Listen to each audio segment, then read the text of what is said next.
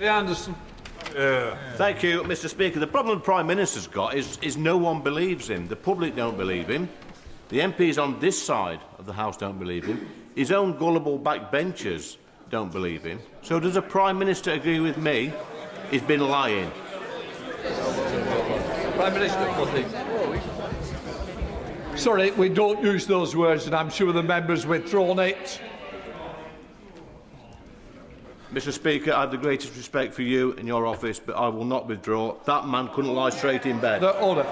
Mr. Anderson, you'll have to leave. Phil Brettle.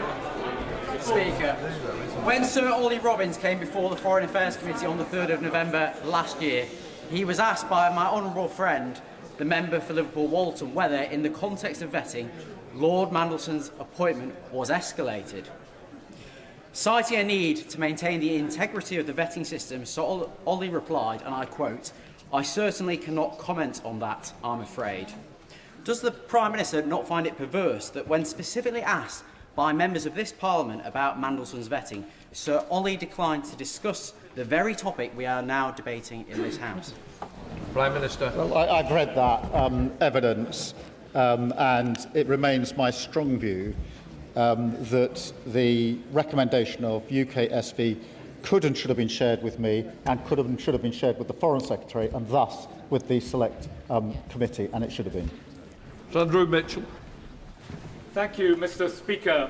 Further to the question raised by my right honourable friend, the member for Hartsware, Mr. Speaker, is it not pretty poor form that the Prime Minister shovels the blame for this particularly onto Ollie Robbins, a fine and experienced civil servant who was appointed 2 days after the Prime Minister's Mandelson announcement?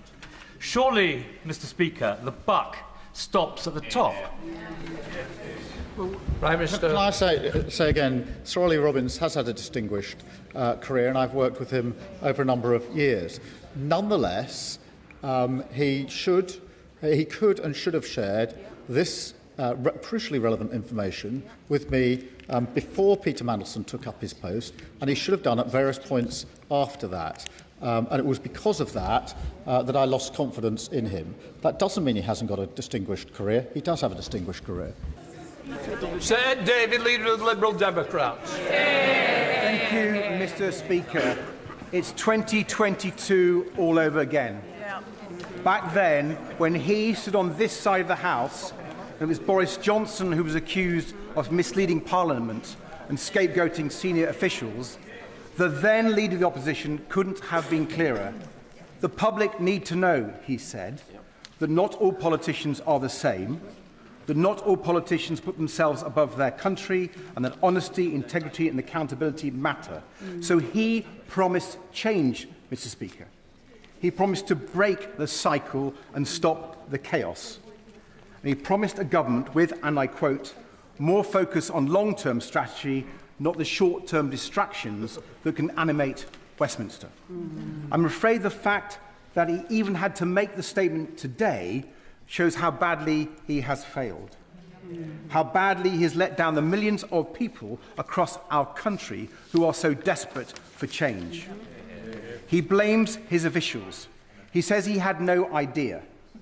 He gives every impression of a Prime Minister in office, but not in power.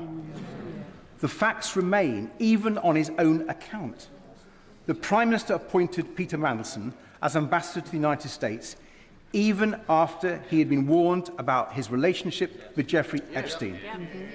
The Prime Minister announced the appointment before Mandelson had been vetted, despite the clear risk to national security of putting someone unsuitable in that role. And one of his top officials, just 3 weeks into the job, clearly believed the Prime Minister wanted Mandelson to be appointed regardless of what the vetting process turned up. And the Prime Minister has relied on the vetting process to defend his decisions. So why did he ask so few questions personally about the vetting process itself? We all know the truth, Mr. Speaker. The Prime Minister knew that appointing Mandelson was an enormous risk. He decided it was a risk worth taking. A catastrophic error of judgment. And now that it's blown up in his face, the only decent thing to do is to take responsibility. Back in 2022, the Prime Minister rightly accused Boris Johnson of expecting others to take the blame while he clung on. That was not acceptable then, and it's not acceptable now. So I hope the Prime Minister can at least tell the House this, and we'll be listening very carefully to his answer. Was he given advice by Simon Case, the then Cabinet Secretary, that the necessary security clearances should be acquired before he confirmed his choice for US Ambassador? And did he follow that advice? Yes or no? Mr. Speaker, after the years of chaos under the Conservatives, we needed a government focused on the interests of the people, the cost of living crisis, the health and care crisis, our national security. We needed a government of honesty, integrity and accountability. So will the Prime Minister finally accept that the only way he can help to deliver that is to resign? Prime Minister. Mr. Speaker, I set out in my statement the full facts. And in September, when the Bloomberg emails came to light, I asked the Cabinet to review the process, then Cabinet Secretary to review the process. He told me the process was as it should have been. And as soon as the information about security vetting came to light last Tuesday, I asked for the facts to be established so I could update Parliament. He asks me about the announcement before developed vetting. He's heard the evidence that I've given to the House from the former Cabinet Secretary and from the former Permanent Secretary. In relation to the advice from Simon Case, Mr. Speaker, when I asked the former Cabinet Secretary to review the process after September 25, he specifically addressed whether the process had been followed by referencing the Simon Case letter and assured me that the process was the right process to have followed. So in answer to his question, that was specifically looked at by Sir Chris Wormold in the review that was conducted in September of last year. Dame Diana. Sorry, Diana, but... The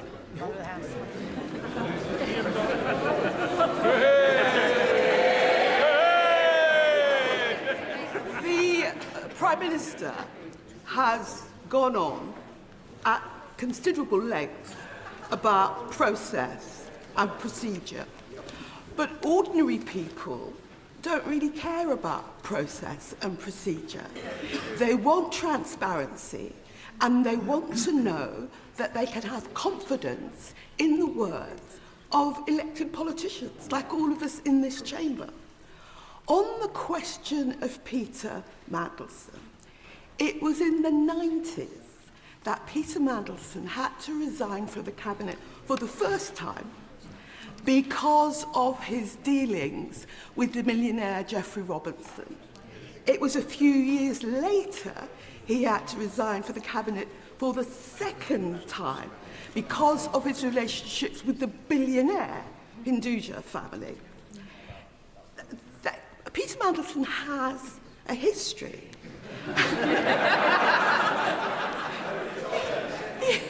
Peter Mandelson has a history.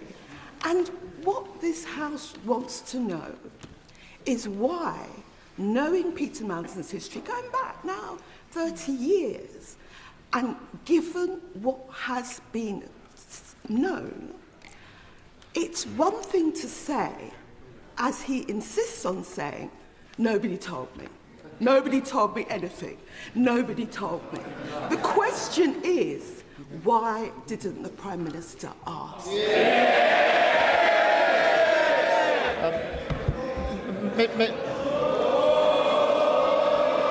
Mr. Speaker, in relation to her question, let me be clear. I should not have appointed Peter Mandelson.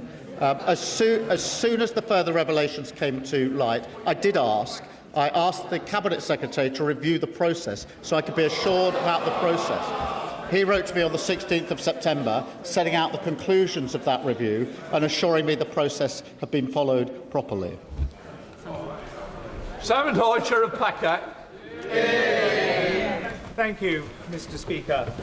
The Prime Minister has spoken about process and the reviews and trying to put that which went wrong right. That is to be supported.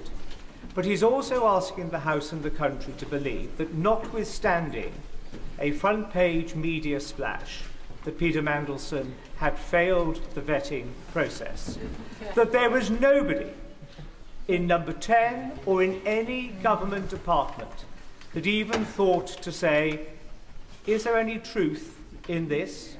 Could I have a briefing on that? We need to knock this story down. If nobody asked, that is the shameful thing.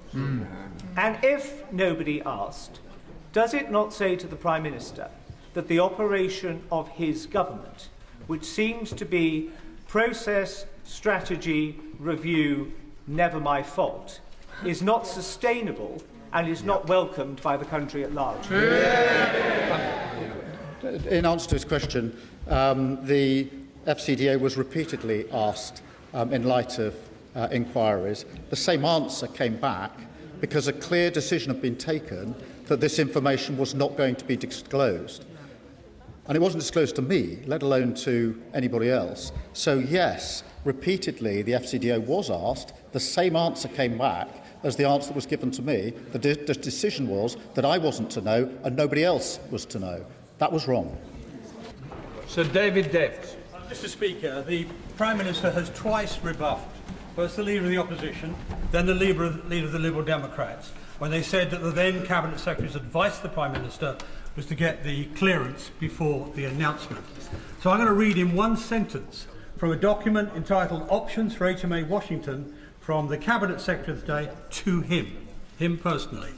It says, if this is the route you wish to take, you should give us the name of the person you would like to appoint, and we will develop a plan for them to acquire the necessary security clearances and do due diligence on any potential conflicts of interest or other issues of which you should be aware before confirming your choice. The House doesn't want to hear about what Mr. Wormholt said a year later. That was the advice then. Why didn't he follow it?